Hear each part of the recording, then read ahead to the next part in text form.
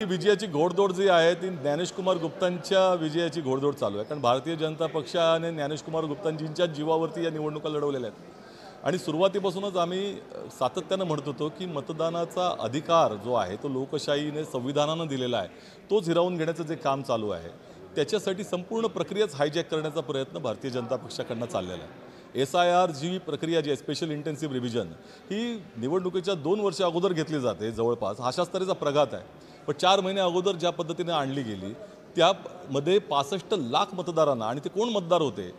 ते होते दलित समाजाचे, OBC वर्गातले, अल्पसंख्याक समाजाचे, गरीब वर्गातले, जे काँग्रेसचे आणि गठबंधनचे त्या ठिकाणी मतदार आहेत, त्यांना सगळ्यांना वगळण्यात आलं। राहुल गांधीजींनी आपल्या पत्रकार परिषदेमध्ये देखील त्या ठिकाणी अनेक लोकांना उभं केलं आणि सांगितलं की कशा पद्धतीने यांचा मतदानाचा अधिकारच हिरावून घेतला गेलेला आहे, त्यांचं नावच गाळलं गेलेलं आहे। आणि नंतर 10,000 रुपयाचा जो काही आता लाच घेण्याची मतदारांना जी प्रक्रिया सुरू आहे, यांना निवडणुकीच्या शेवटीच आपल्या भगिनी आठवतात।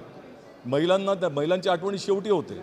जशी लाडली बहीण लाडकी बहीण जे केलं, आज ज्या पद्धतीने 10,000 रुपये प्रत्येकाच्या खात्यामध्ये देण्याचा प्रयत्न जो झाला आणि त्यामध्ये निवडणूक सुरू झाल्यानंतर, प्रचार सुरू झाल्यानंतर देखील ही मुभा देण्यात आली आणि निवडणूक आयोगाकडे आम्ही तक्रारी केल्या, त्याचं लक्ष त्याच्याकडे दिलं नाही, तरीही चालू ठेवलं होतं। हे सगळं काय चाललेलं आहे? शेवटच्या दिवसापर्यंत तुम्ही आतमध्ये पोलिंग बूथमध्ये तुम्ही जाऊन भाजपच्या चिठ्ठ्या दाखवता।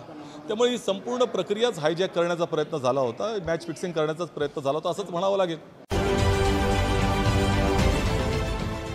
देश विदेशातील प्रत्येक घडामोडींचे लाईव्ह अपडेट मिळवण्यासाठी आता साम टीव्हीच्या सर्व सोशल मीडिया प्लॅटफॉर्मला लाईक, फॉलो आणि सबस्क्राईब करा।